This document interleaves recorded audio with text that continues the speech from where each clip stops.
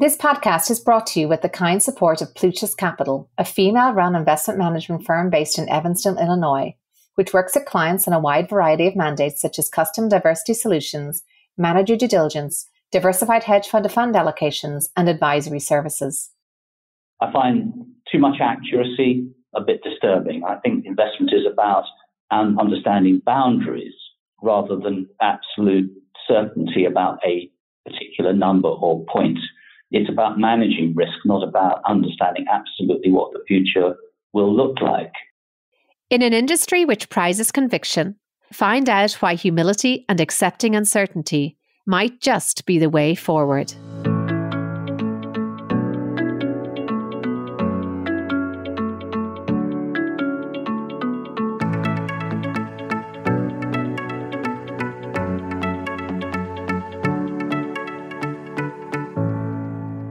I'm Aoife Devitt, and welcome to the 50 Faces podcast, a podcast committed to revealing the richness and diversity of the world of investment by focusing on its people and their stories.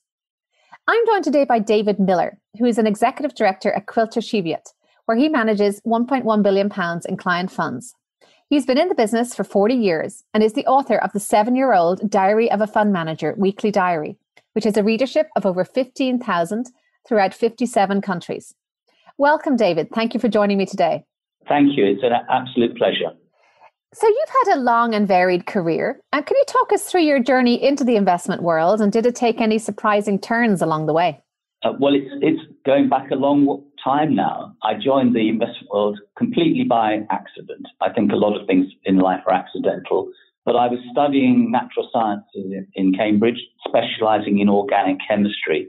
Now, with no real preparation in my last year, I thought I'd better think about my future and decided that I didn't want to be a scientist. So I went to the careers library, and a very nice person said, well, why don't you think about applying to be a stockbroker? We've got some potential recruiters. And so I applied, and I got a job at a firm that's now disappeared. It was called Shepherd & Chase. And I started in 1980, October 1980, armed only with a few months' study of the Financial Times, really knowing absolutely nothing about investment. And I had a very nice 3-piece pinstripe suit, just so that I would look the part. Well, that certainly does seem like it would fit the bill. And then just moving on now to your investment beliefs, because I know that over the course of 40 years, I'm sure you've developed some and they have evolved. How would you say they look today? Well, I think the biggest thing about investment beliefs is that they should be your own. And it took me a long time to get there. I think for me, investment is about being engaged with the real world. It's not a dark art. And during my time in finance, in investment, I made that transition from stockbroker to fund manager in 1990, which I've never regretted. And I think as I've come to invest for my clients, I've come to a certain number of investment beliefs. But when I started, I looked with envy at the people who had certainty, because I didn't feel that certainty myself. But I think in recent years, I've acquired my own set of beliefs, and they're based on empirical evidence. I think it comes back to my scientific training rather than fancy theories. In fact, I take a dislike to people who have too much conviction, and particularly those who have an investment thesis backed up by their conviction. And I think that's evolved over time. But now it's taken root and I'm strengthened in the last few years. I still regard investment as fascinating and to an extent an experiment. And so these beliefs are work in progress. They're not like the 10 Commandments. They continue to evolve. I think that's the best way to do it. And you said something interesting about really enjoying managing money for individuals. What are first some of the key differences between managing money for individuals versus institutions? And why do you prefer managing money for individuals? I've come to see that there are very big differences. In my personality, I think I'm more of a generalist than a specialist. And when you're managing money for people, you have to be a generalist. I like the variety. People are different, and therefore each mandate is a challenge. It's a matter of moving from what markets can deliver to the client's objectives and bringing the two together, and no one person is alike. I think the other thing is that it's allowed me to get away from being obsessed about quarterly numbers. It's a much broader mandate, I think. and judged in a different way. It's not consultant driven, no offense intended. It's very much a matter of taking each mandate on a case-by-case basis.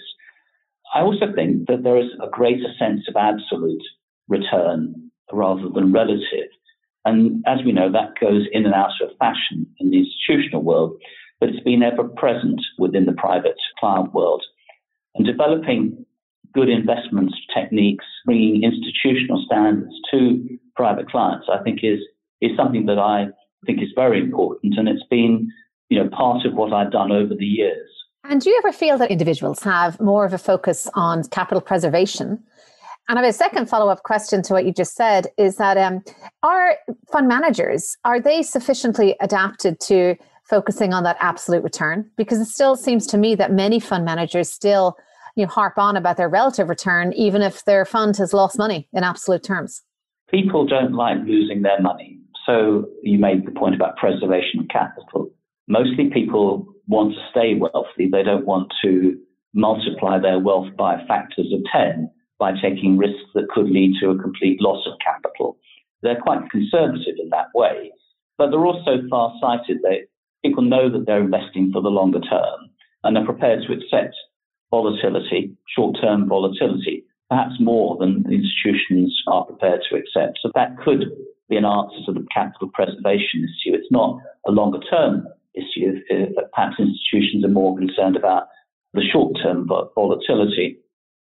But the attitude to risk, I think, is interesting because institutions do think about relative risk, and they think about risk that they can measure. And so they look at things like value at risk and the VIX index and whatever to try and quantify the level of risk that they're taking. Whereas people are much more qualitative as opposed to quantitative about their attitude to risk. They sense, and we all have that sense of self-preservation. There's a sense of that. It can be misguided occasionally, but on balance, I think this is the big difference, that they really have a sort of common sense approach to investment, which means that you don't have to calculate risk in the way that it is calculated in the institutional world, but you have to keep a very close eye on what risks you are really taking with people's savings. And maybe the manager's response will start to evolve too, because I've always been focused on whether an investment makes money or not. Seems to me the more important criteria as to whether it was relatively better or worse. So you've spoken a lot about your passion for the investment world. If you were to maybe just describe in a few words what it is you like about it, and then can you talk about your thoughts on the diversity in it? Investment is about the world around us, which is incredibly complex, complicated, far wide-ranging. And so you can never get bored with that. And investment is about observing the world around us and making then investment judgments. And that, I think, is a never-ending process and endlessly fascinating. It's not doing the same thing again every day. If I knew where the right investments were going to come from, I'd go there more often. The answer is you have to get to them, and that changes over time.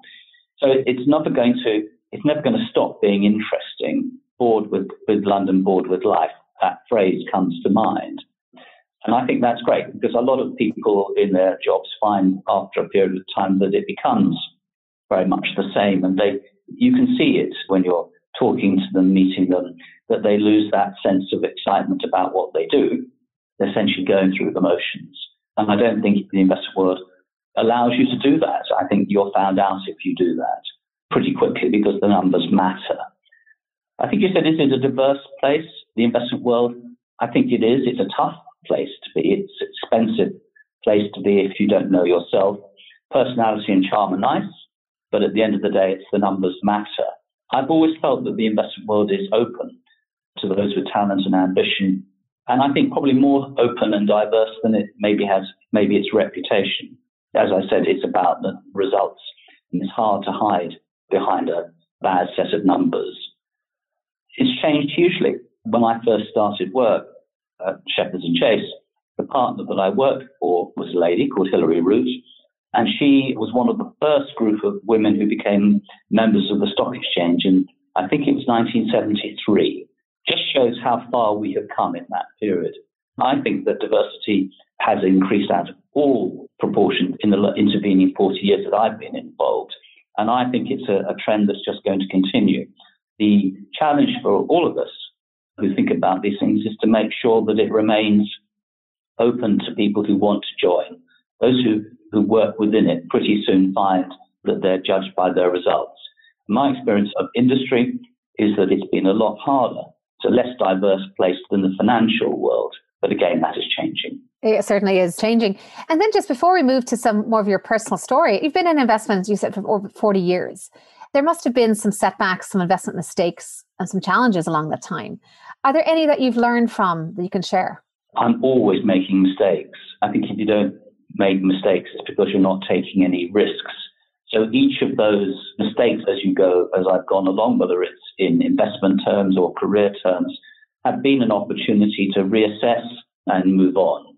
I always feel in investment that it's how you bounce that matters, not that you have that foresight that will mean that you avoid all of those terrible problems that come along.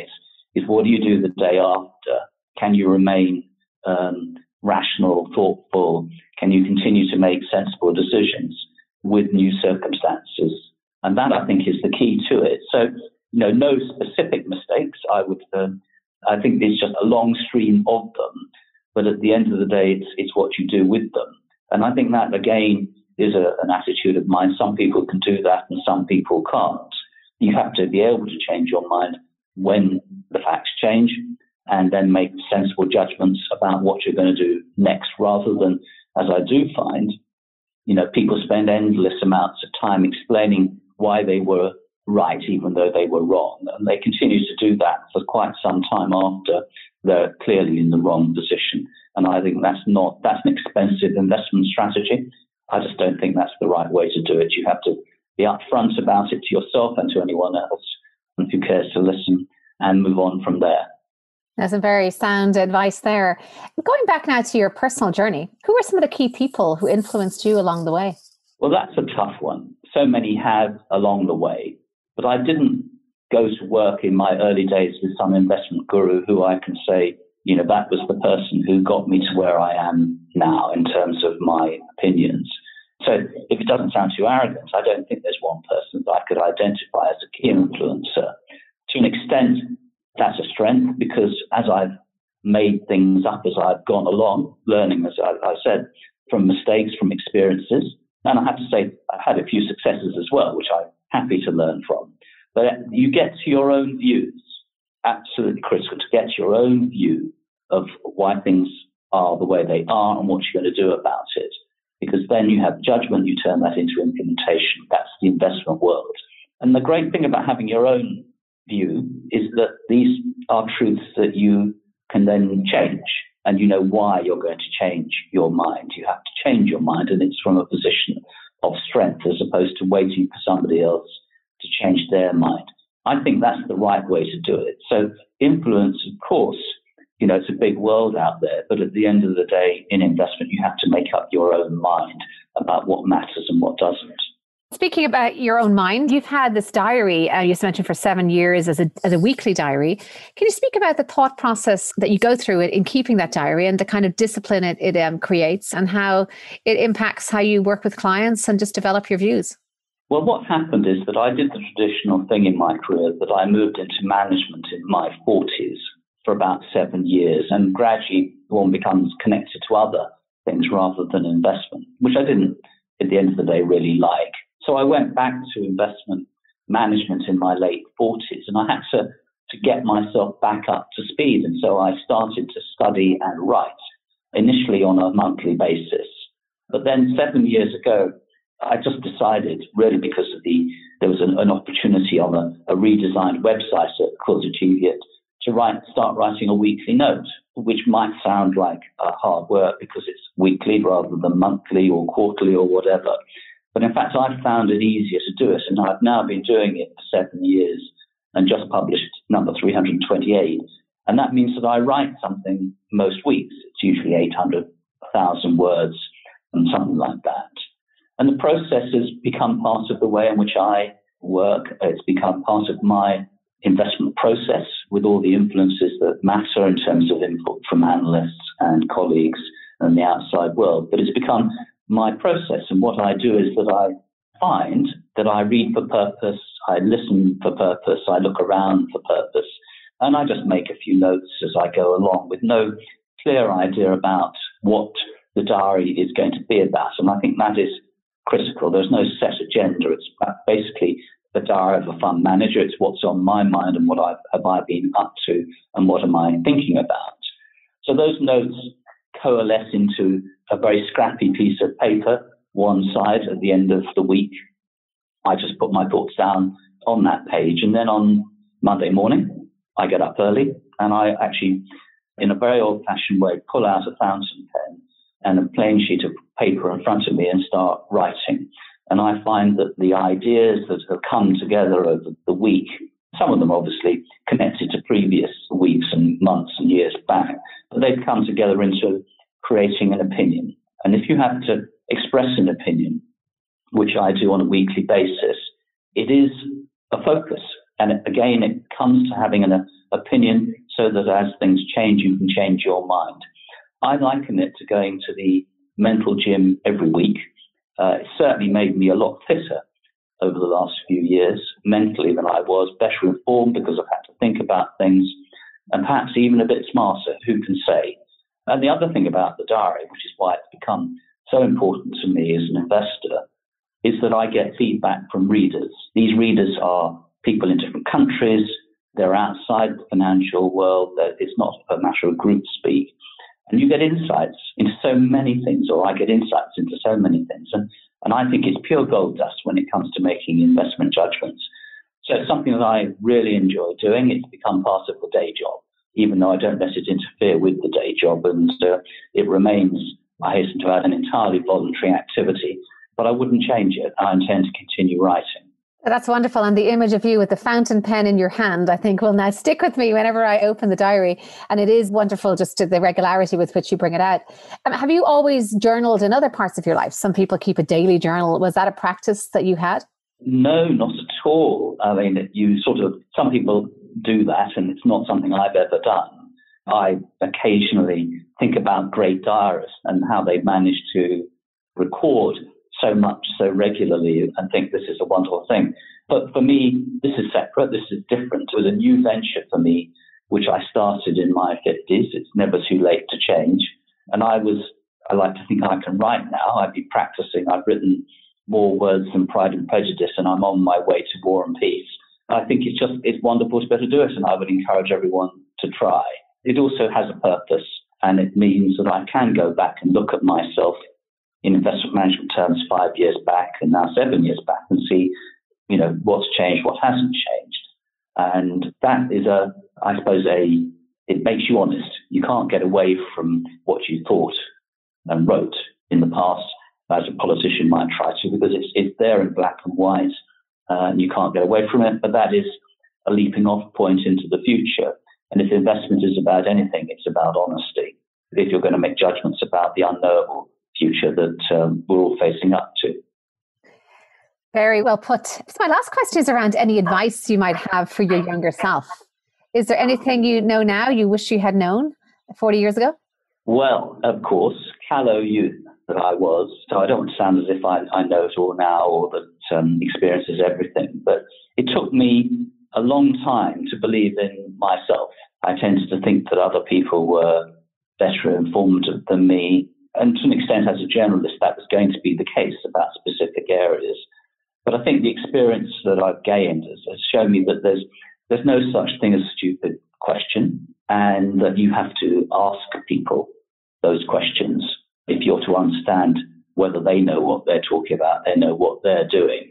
So the advice to myself and to others is, if you can bring yourself to embarrass yourself in public by saying to somebody, I don't get it, it's fascinating to see what responses you get. And masters of the universe with perfect track records struggle just like anyone else when you ask them a question, that if you express a lack of understanding for quite what they're saying and what they're doing, because those questions are the ones that really illuminate their level of knowledge. And I never hesitate to do that. And I would always encourage my colleagues to try the I don't get it question when they're being presented with apparently sort of gold standard investment ideas or hearing from company managements that absolutely know what they're doing. Try it, see what the reaction is. And I've never found it a problem. It wasn't something I found easy to do when I was just starting. But now I think it's part of how I look at everything. Well, thank you so much, David. When one speaks with someone with a 40-year investment career, sometimes one might expect to encounter a high degree of conviction and certainty. And I think what you've done here is really taught us to celebrate uncertainty and have a deep humility, which is clearly something that can be a great strength in the investment markets. So thank you very much for coming here and sharing your insights with us. It's been a complete pleasure. I shall go back to Heisenberg's uncertainty principle with renewed vigor. I'm Aoife Devitt. Thank you for listening to the 50 Faces podcast. If you liked what you heard and would like to tune in to hear more inspiring investors and their personal journeys, please subscribe on Apple Podcasts or wherever you get your podcasts. This podcast is for informational purposes only and should not be construed as investment advice, and all views are personal and should not be attributed to the organisations and affiliations of the host or any guest.